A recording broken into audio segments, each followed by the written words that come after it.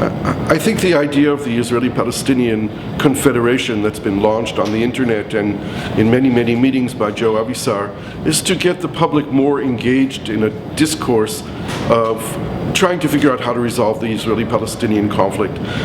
According to Joe Avisar, the discourse has been based on a fixed two-state solution model where we know what the parameters of the agreement are and what they should be, what they look like.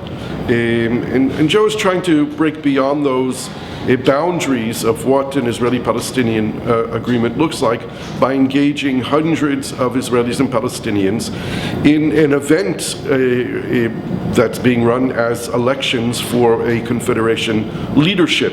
The idea, I think, is really to get the public involved in trying to think beyond what we've thought about all these years on how to resolve the conflict. I think that it has a built-in model of cooperation which is demanded of any kind of future agreement between Israel and Palestine on a two-state solution model.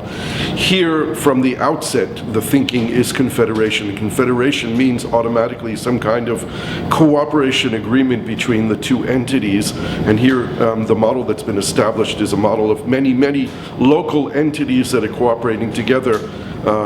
So you build in the cooperation, you build in the partnership, you build in the interest to work together, and this is the basic idea behind it.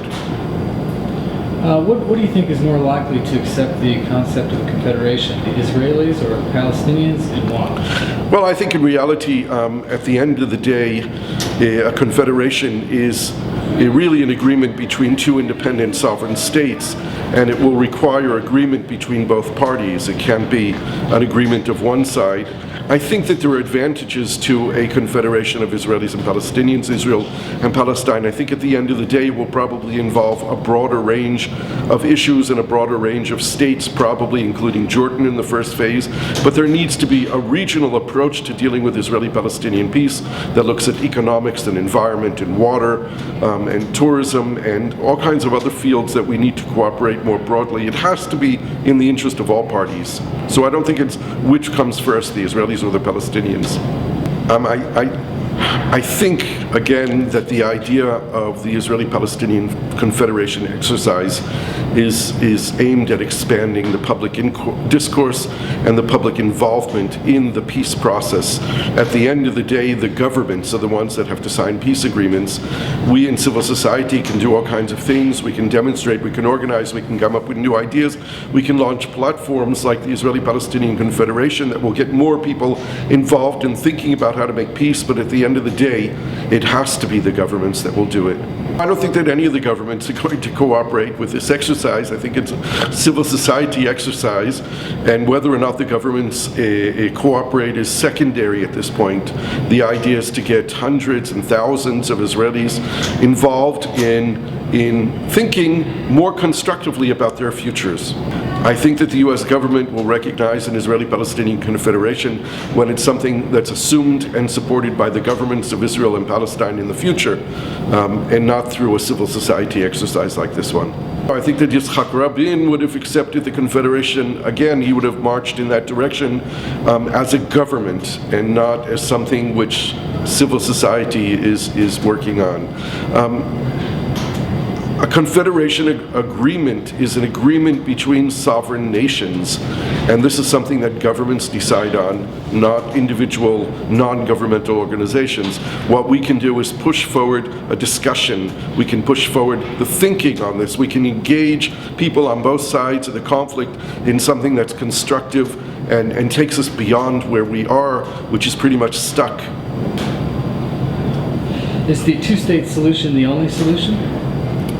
I think it is. I think the two-state solution is the only solution to this conflict because this is a conflict of a territorial nature, of a struggle between two national movements. So in the first phase, you need to unoccupy part of the territory which is occupied today by Israel, allow those people to establish their sovereignty, a territorial expression of their national identity, and then we can make formal agreements of federation or confederation or what have you that would enable a cooperation to exist cross-boundary, whether it be the kind of model that's been developed by Joe Avisar or some other kind of model. The direction is right, but first there must be a sovereign state of Palestine alongside a sovereign state of Israel who would negotiate those Confederation agreements. In that vein, do you think the Israeli people will accept the concept of the Confederation better than the concept of the two-state solution? We have to look at what advantages are going to come with it. Again, this is a regional model which involves other regional players, and it's important because it expands the possibilities for stability and security and for economic development and dealing with the broader environmental issues such as water scarcity. So any enlargement of the pie enables the players on the ground to have more options in terms of resolving the issues in conflict.